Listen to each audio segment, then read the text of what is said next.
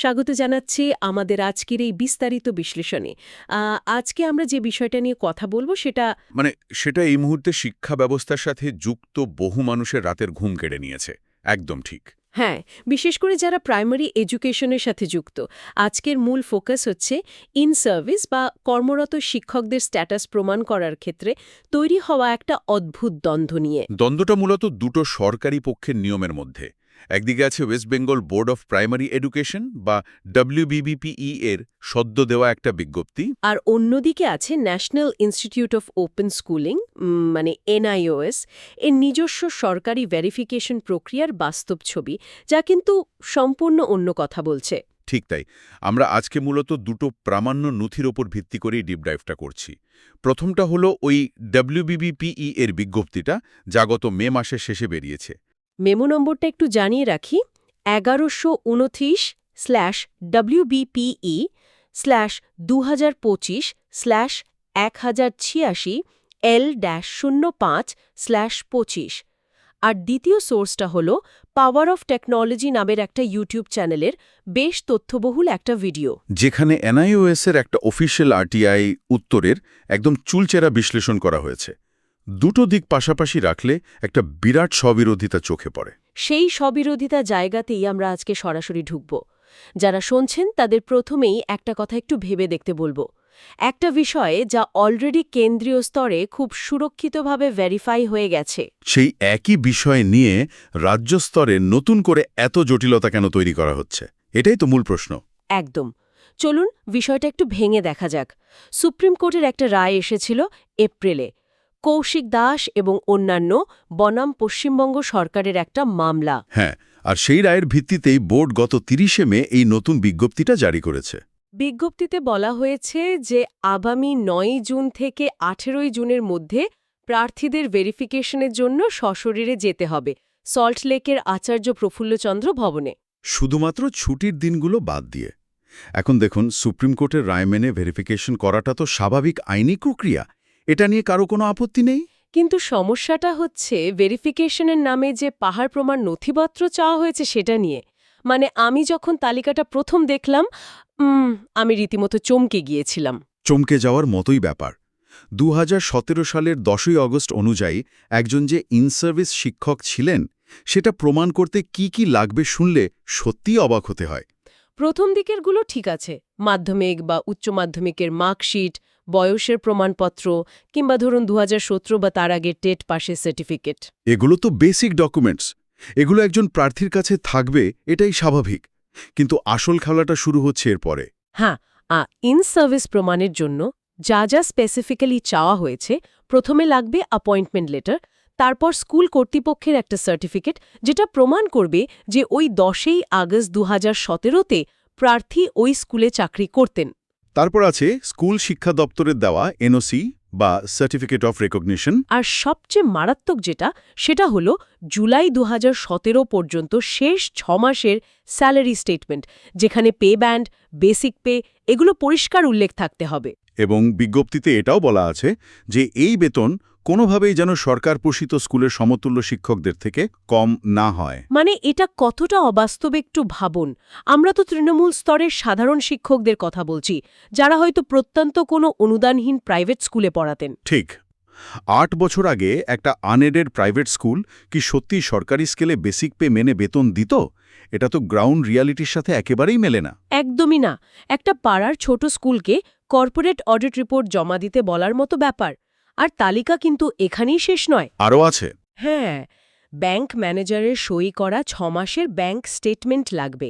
সেটাও আবার সেই 2017 সালের।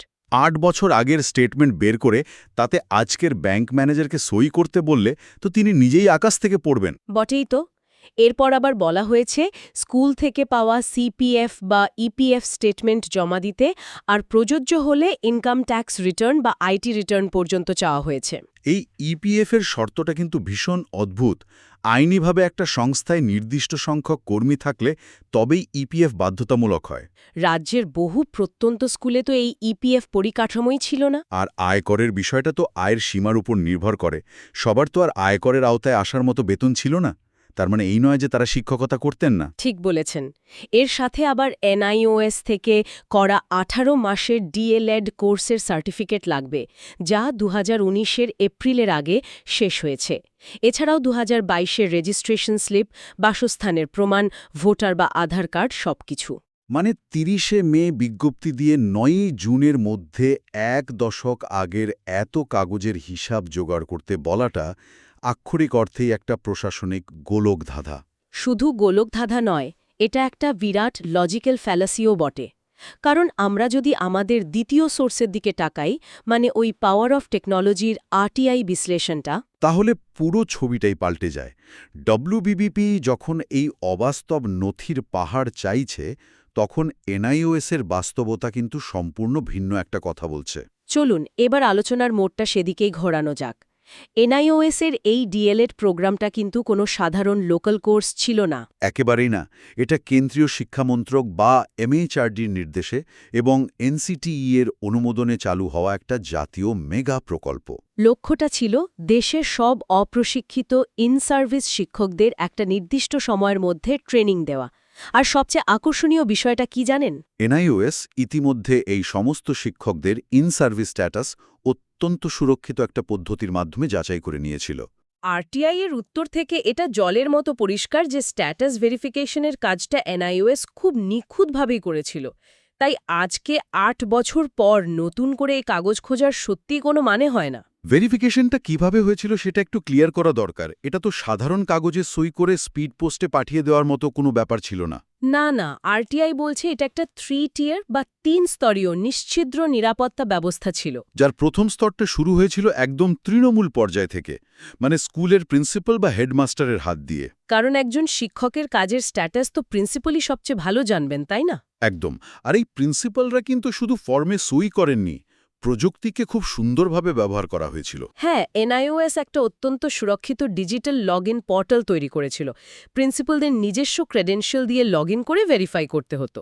ফলে ব্যাকডেটে কাগজ তৈরি করে নিজেকে শিক্ষক প্রমাণের যে পুরনো ফাঁকফোকরগুলো থাকে, সেটা প্রথমেই বন্ধ হয়ে গিয়েছিল। সবচেয়ে চমকপ্রদ হল দ্বিতীয় স্তরটা, মানে যাকে বলে ডাবল চেক সিস্টেম। ভেরিফিকেশনটা শুধু স্কুলের ভেতরেই সীমাবদ্ধ ছিল না। ঠিক, এখানে রাজ্য সরকারের সরাসরি ভূমিকা ছিল। রাজ্য সরকার নিযুক্ত নোডাল অফিসাররা পুরো প্রক্রিয়ার উপর নজরদারি করতেন। মানে প্রিন্সিপাল যা যাচাই করছেন সেটা রাজ্য স্তরের একজন সরকারি অফিসার আবার ক্রস চেক বা সুপারভাইজ করছেন। বৃহত্তর প্রেক্ষাপটে দেখলে এটাকে একটা কঠোর সরকারি সিকিউরিটি ক্লিয়ারেন্স বা পাসপোর্ট ভেরিফিকেশনের সাথে তুলনা করা যায়। প্রথমে প্রিন্সিপালের প্রাইমারি ভেরিফিকেশন, তারপর স্টেট অফিসারের সুপারভাইজারি রিভিউ, দুটা কঠিন হার্ডল। আর এই ডাবল চেক সিস্টেমের পরেই আসত তৃতীয় স্তর বা চূড়ান্ত পর্যায়। হ্যাঁ, একজন প্রার্থীর অফিসিয়াল এনরোলমেন্ট নম্বর তখনই জেনারেট হতো যখন তিনি এই দুটো ধাপই সফলভাবে পার করতেন। মাঝখান থেকে কোনো একটা ধাপ বাদ দেওয়ার তো কোনো উপায়ই ছিল না। পোর্টালের ডিজাইনটাই সেরকম ছিল। ঠিক এই জায়গাতেই আরটিআই-এর উত্তরটা সব সংশয় দূর করে দেয়। উত্তরে স্পষ্ট বলা হয়েছে যে এই ডাবল চেক ভেরিফিকেশন প্রক্রিয়া সম্পূর্ণ অথেন্টিক। যার মানে দাঁড়ায়, একজন প্রার্থীর কাছে যদি এনআইওএস-এর বৈধ এনরোলমেন্ট নম্বর থাকে, সেটাই তার ইনসার্ভিস হওয়ার সবচেয়ে বড় প্রমাণ। কারণ তিনি ইনসার্ভিস ছিলেন বলেই প্রিন্সিপাল আর স্টেট অফিসার পোর্টালে অনুমোদন দিয়েছিলেন, আর তবেই এনরোলমেন্ট নম্বর তৈরি হয়েছিল। তাহলে এর মানে কি দাঁড়াচ্ছে? একটা বিরাট মাপের প্রশাসনিক স্ববিরোধিতা। সরকার নিজেই যেখানে ডিজিটাল পোর্টালের মাধ্যমে সুরক্ষিতভাবে যাচাইয়ের কাজটা 8 বছর আগে করে রেখেছে, সেখানে আজকে দাঁড়িয়ে সেই শিক্ষকদেরকেই 1 দশক আগের ইপিএফ বা ইনকাম ট্যাক্স রিটার্ন খোঁজার জন্য বাধ্য করাটা সম্পূর্ণ ভিত্তিহীন। আইনি আর যৌক্তিক দুদিক থেকেই ডাবল চেক সিস্টেমটার গুরুত্ব অনেক। নিয়োগকারী কর্তৃপক্ষ যখন এটা নিয়ে নতুন করে প্রশ্ন তোলে, তারা পরোক্ষভাবে কেন্দ্রীয় সরকারের সিস্টেমটাকেই অস্বীকার করে। আর এনআইওএস-এর মাধ্যমে এনআইওএস যখন জানাচ্ছে যে তাদের পদ্ধতি খাঁটি, তখন এই সরকারি স্ট্যাটাসকে বাতিল করার কোনো আইনি ভিত্তি থাকে না। এটা তো সরাসরি এমএইচআরডির আইনের সাথে সাংঘর্ষিক হয়ে দাঁড়াচ্ছে। আর ঠিক এই কারণেই সাধারণ শিক্ষকরা আজ চরম বিভ্রান্তির মধ্যে পড়েছেন। একদিকে তাদের বৈধ এনরোলমেন্ট নম্বর আর শংসাপত্র আছে, যা এন সার্ভিস প্রমাণ দিচ্ছে। অন্যদিকে বলা হচ্ছে এমন সব পুরনো আর্থিক নথি জোগাড় করতে যা হয়তো সেই সময়কার পরিকাঠামোর কারণে কোনোদিনই তৈরি হয়নি। এই দুটো বাস্তবের মধ্যে যে আকাশ-পাতাল ফারাক, সেটাই আজকের আলোচনার মূল বিষয় ছিল। আমরা যদি পুরো আলোচনার একটা সারসংক্ষেপ টানি, বিষয়টা আয়নার মতো পরিষ্কার হয়ে যায়। একদিকে WBBP এর অবাস্তব এবং সময় সাপেক্ষ নথিপত্রের দাবি, আর অন্যদিকে কেন্দ্রীয় সরকারের নিয়মে তৈরি NIOS-এর সুরক্ষিত এবং ডিজিটাল ডাবল চেক যাচাইকরণ প্রক্রিয়া। যেহেতু NIOS এর স্ট্যাটাসটা ইতিমধ্যেই সরকারের কঠোর নিয়ম অনুযায়ী প্রকৃত বলে স্বীকৃত, বছর আগের কাগজের পাহাড় দিয়ে সেটা প্রমাণ করতে বলাটা যুক্তির ধোপে টেকে না। আমরা এতক্ষণ যা বিশ্লেষণ করলাম তা থেকে এটা স্পষ্ট যে ডিজিটাল ভেরিফিকেশনের যে প্রামাণ্য মূল্য, সেটাকে ওই নথির অবাস্তব তালিকা দিয়ে ছোট করা যায় না। সরকার নিজেই শিক্ষকদের সুবিধার জন্য ডিজিটাল পদ্ধতি এনেছিল, আর আজ আবার সেই লাল ফিতের ফাঁসেই তাদের আটকে ফেলা হচ্ছে। আজকের এই বিশ্লেষণ শেষ করার আগে যারা শুনছেন তাদের জন্য একটা গভীর চিন্তামূলক প্রশ্ন রেখে যেতে চাই। প্রশ্নটা সত্যি আমাদের বৃহত্তর প্রশাসনিক কাঠামো নিয়ে ভাবাবে। ভেবে দেখুন, যদি কেন্দ্রীয় শিক্ষা মন্ত্রক এবং NCTE অনুমোদিত একটা কঠোর 3 স্তরীয় ডিজিটাল পদ্ধতিকে কর্মসংস্থানের প্রমাণ হিসেবে যথেষ্ট মনে না করা হয়, তবে কি ভবিষ্যতের শিক্ষা ও প্রশাসনকে আধুনিক করার জন্য সরকারের নেওয়া অন্যান্য সমস্ত ডিজিটাল উদ্যোগের বৈধতা নিয়েও এভাবেই প্রশ্ন উঠবে?